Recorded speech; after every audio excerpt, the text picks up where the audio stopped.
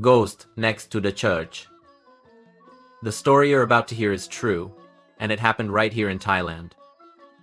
Here's another ghost story. This one happened over 40 years ago at a temple in Ang Thong province.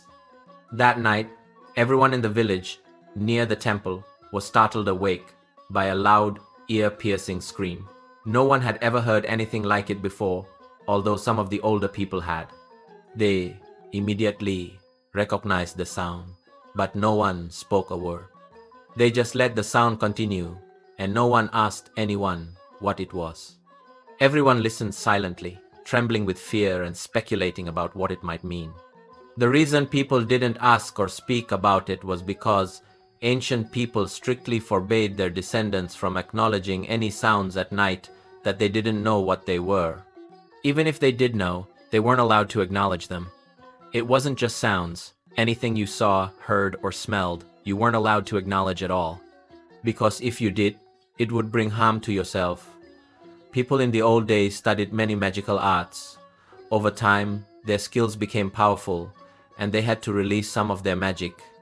If this magic hit someone or something, that thing would suffer misfortune. Sometimes it would hit a clump of bamboo, causing the bamboo to break and fall. If it hit an animal, the animal would become sick and die for no apparent reason. Or it might hit a person, causing them to fall ill. This is called being affected by black magic or sorcery.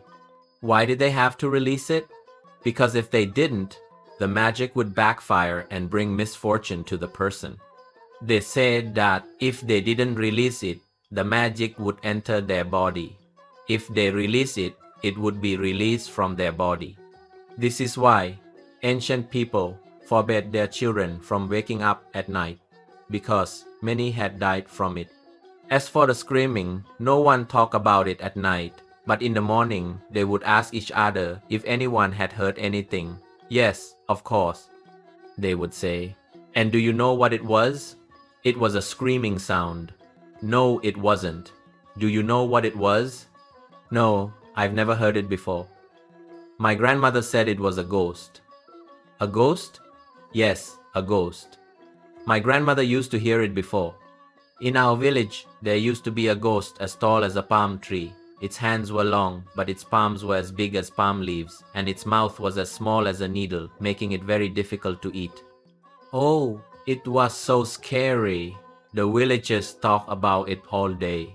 They were still wondering where the ghost was screaming from, until the temple disciples said it was coming from behind the temple, near the church.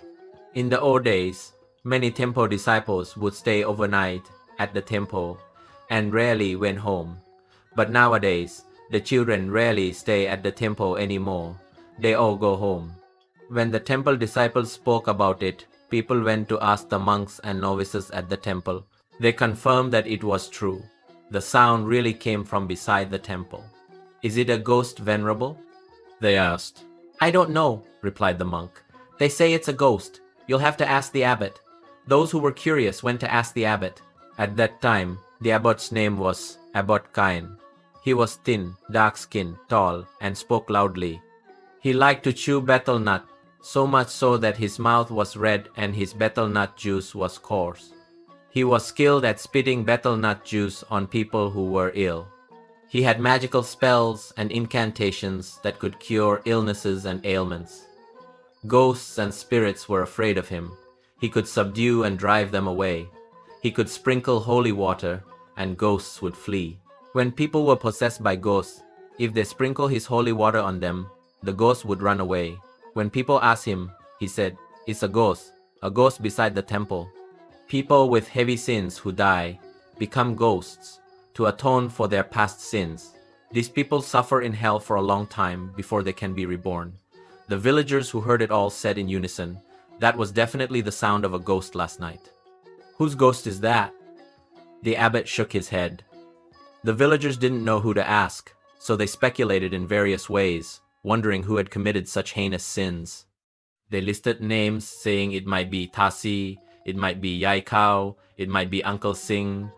All the names on the list were associated with people who had committed grave sins, killing cows, buffaloes, people, birds, rats, crabs and fish, stealing, cheating, and various other heinous crimes. The relatives of the deceased, who had committed such heinous acts, were distressed, believing that the ghost's cries were a plea for merit. They thought the ghost was crying because of hunger and thirst, having nothing to eat, and needed offerings of food. The night the ghost cried coincided with the 15th day of the waning moon, the last day of the lunar month. According to ancient beliefs, this was the day when hell opens, releasing spirits from the underworld. It was a terrifying night. No one wanted to leave their homes because it was said to be filled with ghosts. If you observe carefully, on the 15th day of the waning moon, dogs often howl mournfully, a chilling sound that sends shivers down your spine. Why are they howling? They're howling because they see ghosts. Countless ghosts, spirits of many faces, float around in confusion, searching for where they want to go. Since they've been released, they have to come out to find their relatives, to send news, to appear in dreams, to let people smell and see them. People often dream of their deceased relatives on the 15th night of the waning moon.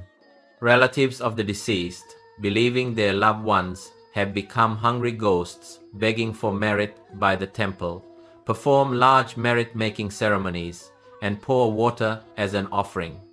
The next night is quiet because there's no sound to be heard. But when the 15th night of the waning moon returns again, they're startled awake in the middle of the night again. Screaming sounds are definitely coming from the temple. The monks and novices wake up. Even the monks are afraid of the hungry ghosts, tightening their robes around themselves.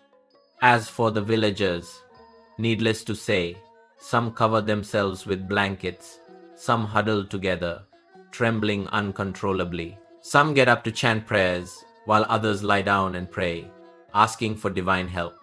The loud noise definitely came from beside the church. Abbot Kaen heard it clearly. Looking out the window towards the church, he saw a tall, lanky figure with eyes as red as charcoal burning above the church roof. The figure was as tall as a palm tree, standing against the dark, dim sky. In the morning, he told the parishioners about it. In the afternoon, he sent his disciples to fetch Samrit. Samrit came to see him and spoke with the abbot alone in his quarters. However, they couldn't escape the curious temple boys. They eavesdropped from beside the quarters and into the storage room, which was adjacent to the abbot's quarters. The boys could hear the abbot and Samrit talking. The voices weren't loud, but they were clear enough. In the quiet afternoon, the temple could only be heard by the sound of roosters crowing from the distant graveyard. It was understood that the abbot believed the ghost making the screaming sounds, begging for merit, was likely Samrit's deceased father, Luang Ta Lum, who had died while still wearing his saffron robes. This monk used to be a gangster. He was a serial robber and murderer, incredibly cruel. His name alone terrified people, even young girls. Luang Ta Lum, the notorious gangster, was a thief and burglar known for all sorts of crimes. He eventually turned to the temple, not out of desire, but to escape his enemies who hunted him down and wanted him dead for all the harm he'd done. Seeing no way out, he shaved his head and fled. In the old days, ordination wasn't as strict as it is now. Anyone could become a monk or disrobe, and some even ordained and disrobed multiple times. Luang Ta Lum survived in the monastic robes for 7 years. Seeing that no one was bothering him, he disrobed, but instead of abandoning his old ways, he returned to robbery, mugging, and murder, even though he was almost 60 at the time. 7 years as a monk without any spiritual refinement was a real waste of time. He was a ruthless robber and murderer, shooting and stabbing anyone he disliked. When the police hunted him, he fled in panic. Those whose relatives and wives were killed were furious, secretly helping the police in the hunt without knowing. Unable to stay at home, he hid at a temple near the church, sometimes sleeping in the cemetery, sometimes in the pavilion next to the crematorium. One morning, temple disciples found a corpse lying dead, brutally mutilated and covered in blood next to the church. They could barely recognize him because his face was so disfigured. They ran to tell the monks and novices. Abbot Kaen recognized him as Ta Lum, who had a tattoo of Hanuman, a Hindu deity. It was later that the ghost of Ta Lum began begging for merit. They believed it was Ta Lum's ghost because he had died next to the church and committed the most heinous sins. Mr. Rit then performed merit-making rituals for him, and the begging stopped. Thank you for listening to Thai Local Tales. I'm Captain Piroj. Until our next journey together, take care, stay curious, and I'll see you in the next episode.